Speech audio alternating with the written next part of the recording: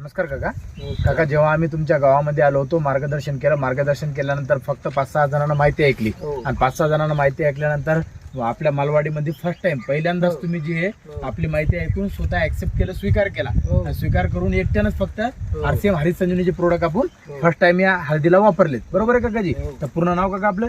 गणेश किशनराव डांगे, मालवाडी, तालुका जिल्हा हिंगोली. हो. तर आपण काही वर्षापासून काका शेती व्यवसाय करतो. हो. आजोबा पंजोबा वडिलोपार्जित व्यवसाय आपला शेती व्यवसाय हो. आणि दरवर्षी हळद राहते काका. हो. तर दरवर्षीच्या हळदीमध्ये आणि या वर्षीच्या हळदीमध्ये आपल्याला काय वाटतंय काका? आज जे आम्ही पाहायला आलेलो आहोत तर 29 तारीख आहे, 29 ऑक्टोबर 2025. हो. म्हणजे आज रोजी पाहायला आलो तर या आज रोजीच्या कंडिशन मध्ये या वातावरण दरवर्षीपेक्षा तर सारखा नाही. यावर्षी वातावरण पोषक नाही, तरी पण वातावरण पोषक नसताना पण आपल्या हळदीत काय वाटतंय आपलं प्रोडक्ट वापरल्यामुळे? हळद चांगली सर, तुमच्या औषधामुळे याच्यामुळे तुम्ही औषध दिलं तर तुम्ही चांगल्या प्रमाण वापरला आम्ही.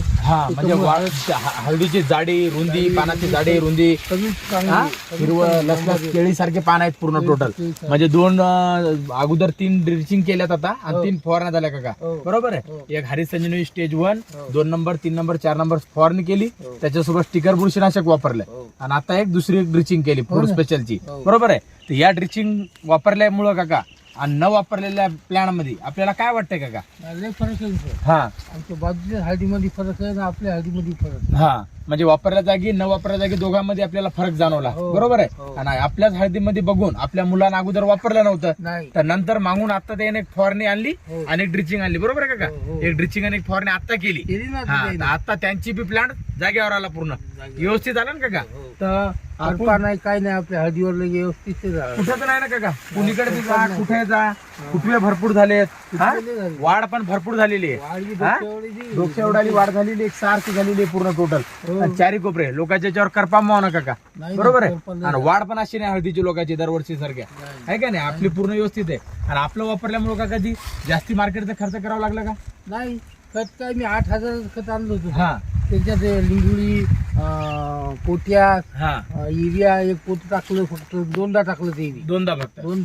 2दा खत टाकलं. हे 8,000चं टोटल आणलं होतं. बस, जास्ती काहीच नाही. त्याच्या आणि आपलंच बाजूला- वापरलेलं आहे, बाकी काहीच नाही. तुमची ती औषधी बस, वापरली. आपलं 7,500 ते आणलं. एक तुम्ही सांगण्याच्या बाद मध्ये मी 1-2 पोत जास्त आणले. हा, नाहीतर पूर्ण टोटल कंटिन्यू एक सारखा कमी जास्त वापर दरवर्षी पेक्षा निम्म्यामध्ये खर्च आला.